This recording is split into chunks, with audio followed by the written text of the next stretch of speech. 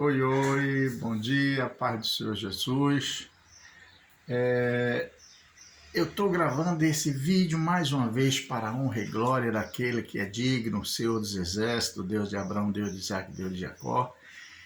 E nesse vídeo eu quero dividir esta alegria espiritual a qual estou sentindo. E nada disso aconteceria se não fosse através do poder da oração. Eu quero trazer uma mensagem para mim e para ti, e dizer que nada nessa vida, olha bem, eu estou falando nada nessa vida, não é desse momento não, dessa vida, nada se resolve sem a oração. Quando eu falo de vida, eu me refiro da vida lá dos nossos ancestrais até os dias chamados hoje. Então vamos ver algumas coisas que o Espírito Santo me lembrar aqui, eu vou falar para que você possa entender o quanto eu e você somos falhos, de querermos que Deus resolva os nossos problemas, mas nós não estamos pagando o preço da oração. Amém? Então vamos lá. O povo de Deus, quando estava na escravidão do Egito, a Bíblia diz que quando aquele rei Nabucodonosor, o rei Faraó, melhor dizendo, ele morreu, entrou um outro faraó que não conhecia José. E se conhecia, né, o espírito maligno entrou nele e ele endureceu o coração, assim tanto quanto o outro. Só que o outro, a Bíblia diz que endureceu porque era Deus que endurecia o coração de Faraó para que Deus manifestasse o poder dele. Tá, mas quando o povo de Deus passou a ser escravizado, então o povo começou a chorar, o gemido, olha bem, chorar, gemido, orar. É uma oração que se torna em choro e do choro um gemido, tá? Então a Bíblia diz bem claro que Deus ouviu o gemido do seu povo, o gemido, né? É aquela oração que dói na alma, é aquela oração que balança toda a estrutura emocional do ser humano. Então a Bíblia diz que Deus, ele não resiste uma oração desse tipo. Aleluia. É tremendo, querido, é tremendo. Nada melhor, eu sempre prego e digo o seguinte: você viver, presenciar, conviver e depois você dar o testemunho da palavra daquilo que você vivenciou.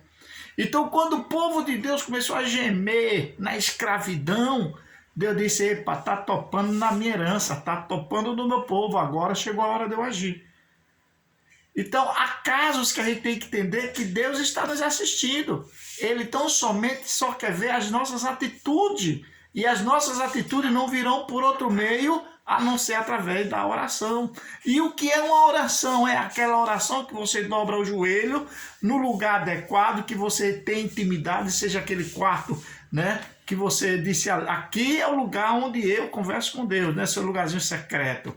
Tá? É ali que você chora, é ali que você derrama a sua lágrima, que você geme, e o Espírito de Deus, ele vai interpretar o gemido inexprimível do seu choro e vai transformar isso em palavras. E essas palavras chegam no coração de Deus. Aleluia. E aí Deus disse: não, agora eu vou ter que abrir mão, vou ter que abençoar o meu servo, porque chegou no limite dele. Muitas das vezes, querido, nós achamos que chega: oh Deus, me ajude, me abençoe, abre essa porta, e Deus vai fazer. Não, não é assim não, porque todo mundo hoje está passando por problemas, né? Mas quando você ora, o choro da alma, não tem como mover o coração de Deus. Vamos sair dessa cena, desse cenário aí do Egito, vamos partir agora lá para Ana. A Bíblia diz que, olha só, o que levou Ana a orar, o que foi que levou Ana a chorar e o choro da alma, a ponto de não falar mais. Ela era estéril, a Bíblia diz que foi Deus, o próprio Deus, encerrou o útero da Ana, né? E o diabo usa a Penina justamente para infernizar a vida da Ana, né? E aí aquela coisa: tu és filha de Deus, tu és serva de Deus, eu quero saber onde vai a tua paciência, né? a tua obediência, a ponto de você ser perseguida e não me xingar, não me condenar. E a Bíblia diz que a Penina começou a perseguir a Ana, a ponto que a Ana já não aguentava mais. E aí a Ana tomou atitude, a Ana começou a orar. E a Bíblia diz que a oração de Ana, ela colocava o rosto no pó e ela já não tinha nem palavras.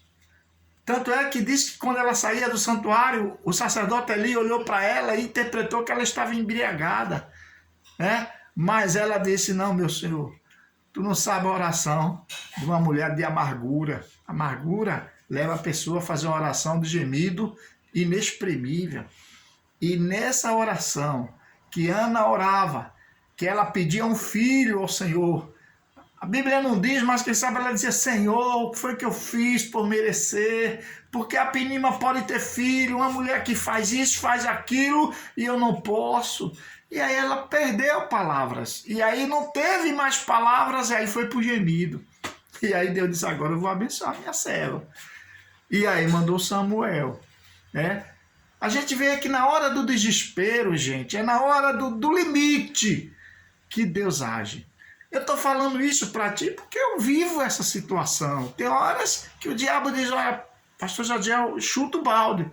Mas aí eu inclino meus pensamentos a Deus, como diz o salmista, né? Salmo 121, elevo os meus olhos para os montes, de onde me virá o meu socorro. O meu socorro vem do Senhor que fez os céus e a terra. E nesta oração é o momento que eu sinto a presença de Deus. É nessa oração que eu sinto o livramento de Deus.